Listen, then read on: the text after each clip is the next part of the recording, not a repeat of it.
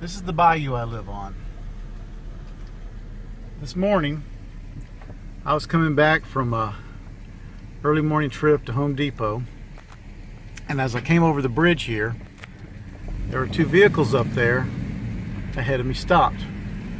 Turns out one of them had wrecked just minutes before. The fellow had come over this bridge probably a little too fast, and he said he just started bouncing until he hit a tree right up here. So I was the second person on the scene. The first was a family on their way to church. They had already called 911, and they were trying to help the old man and old woman.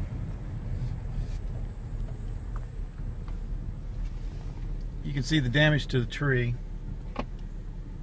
from where the car hit it. Now, I'm no authority on such things, but it doesn't look like he did much braking before he hit. And he hit hard. And as I said, I was the second person on the scene.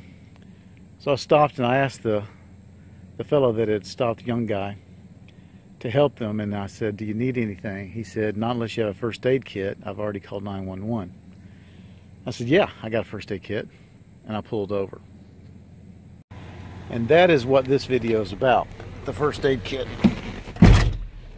Here it is, just the way it was when I threw it back in the truck after the incident. Now, as soon as the emergency folks showed up, I got my stuff and I got out of their way. And I went on about my business.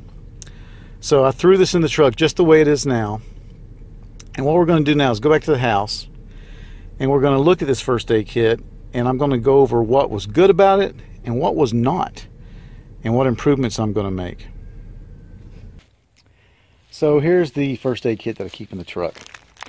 Now, when I grabbed it and went back to the accident, the old man that was driving,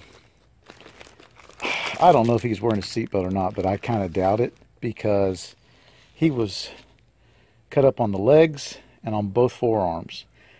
Now, there was no arterial type bleeding. There was a lot of blood, but it was because he had probably 6 or 8 wounds. But they were gashes. They were just pieces where the meat was gone, like that large. Don't really understand how that happened, but it did. And that's why I say I kind of feel like he might not have been wearing his seatbelt.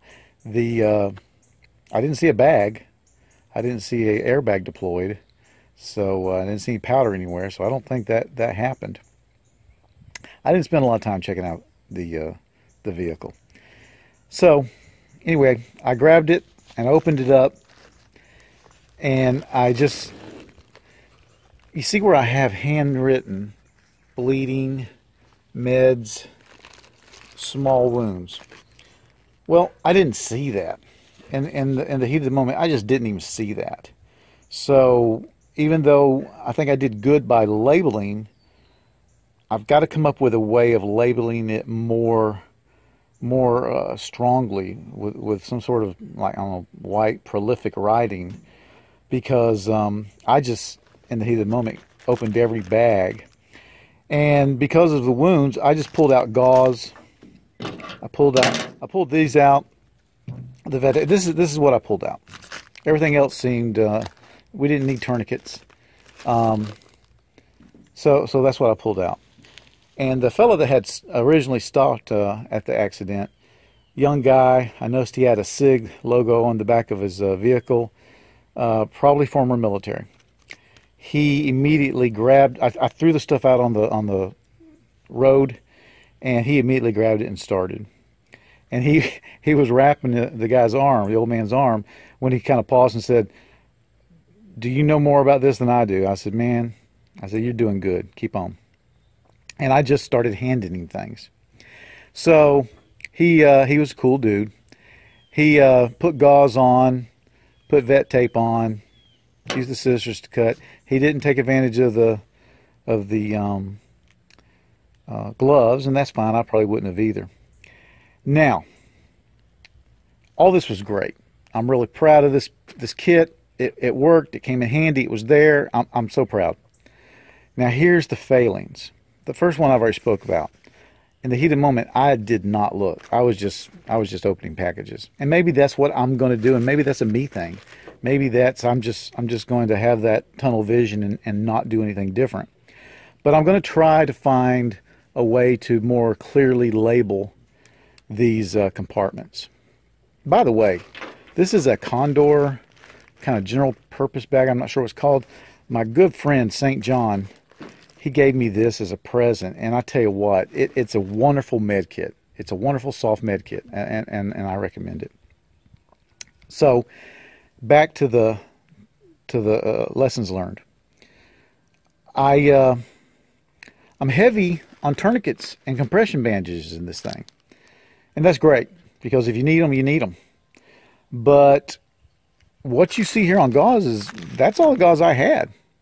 Now, he only used a little bit, but these weren't terribly bleeding wounds. I think I need more gauze in here, and I'm going to fix that. Now, here's the other thing.